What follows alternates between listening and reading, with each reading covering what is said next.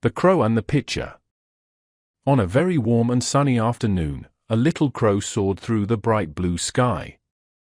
The sun had been beaming down for hours, making the whole world feel sleepy and warm. After flying for such a long time, the little crow began to feel incredibly thirsty. Its throat was so dry it felt like it was full of soft sand, and it knew it needed to find water very soon. Oh, a sip of water would be wonderful, it thought, its call sounding a little faint. It looked left and right, up and down, hoping to spot a puddle or a little stream, but the land below seemed dry everywhere. Just when the crow was starting to feel a bit disheartened, and its wings were aching from constant flapping, its sharp eyes noticed something below. There, resting in the cool shade of a large, leafy tree, was a tall pitcher.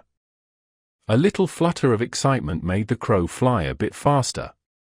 Perhaps, it thought with a hopeful heart, there might be some water in there. It glided down smoothly, landing on the soft grass near the pitcher. The pitcher looked old and sturdy, and it felt cool when the crow hopped closer to investigate.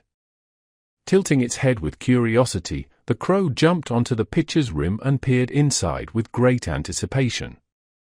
Yes! There was water.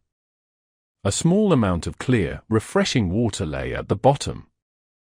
But then, the crow's happiness faded. Oh no! The water was so far down, right at the very bottom of the tall pitcher.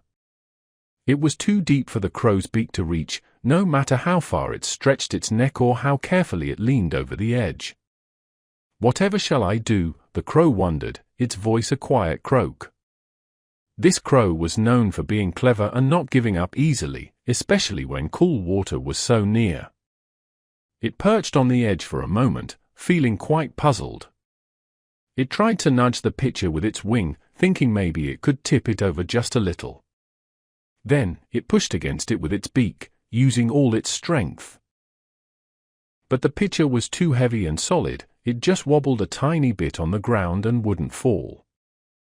The crow hopped off and walked around the pitcher, its head tilted in deep thought. Its bright, intelligent eye scanned the area, searching for anything that could help. And then, it saw them, a collection of small, smooth stones and pebbles scattered on the earth near the base of the tree.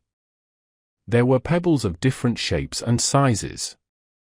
All at once, a wonderful idea popped into the clever crow's head. That's it thought, its eyes shining with excitement. I have a plan. Feeling a new burst of energy, the crow picked up one of the small pebbles in its beak. It wasn't very heavy. It flew up to the rim of the pitcher and, with great care, let the pebble drop into the water below. Plink! The pebble landed with a little splash, and the water level seemed to rise just a fraction. This tiny change was all the encouragement the crow needed. It flew down again, selected another pebble, and carried it up to drop into the pitcher. Plonk! Went this one. Then another, plip! And another, plink! The crow worked with steady determination. Back and forth it flew, from the pile of pebbles to the tall pitcher, without pausing for a rest. Each trip involved picking up a pebble, flying to the pitcher's rim, and dropping it carefully inside.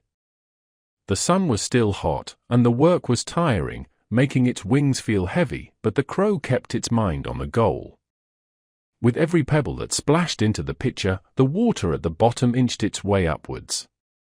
Slowly, steadily, the level rose as more and more pebbles filled the space at the bottom. At last, after many journeys and a good pile of pebbles had been dropped into the pitcher, the water had risen so high that it was sparkling invitingly near the very top. Success! I did it, the crow chirped with delight, its voice full of joy. It leaned forward, easily dipped its beak into the cool, clear water, and took a long, satisfying drink. The water was wonderfully refreshing and soothed its parched throat. It drank until it was no longer thirsty at all. The clever crow had managed to solve its tricky problem because it used its mind, thought carefully, and refused to give up, even when the task was hard. It learned a valuable lesson that day. When faced with a challenge that seems too big, if you persevere and use your cleverness, you can often find a solution, one small step at a time.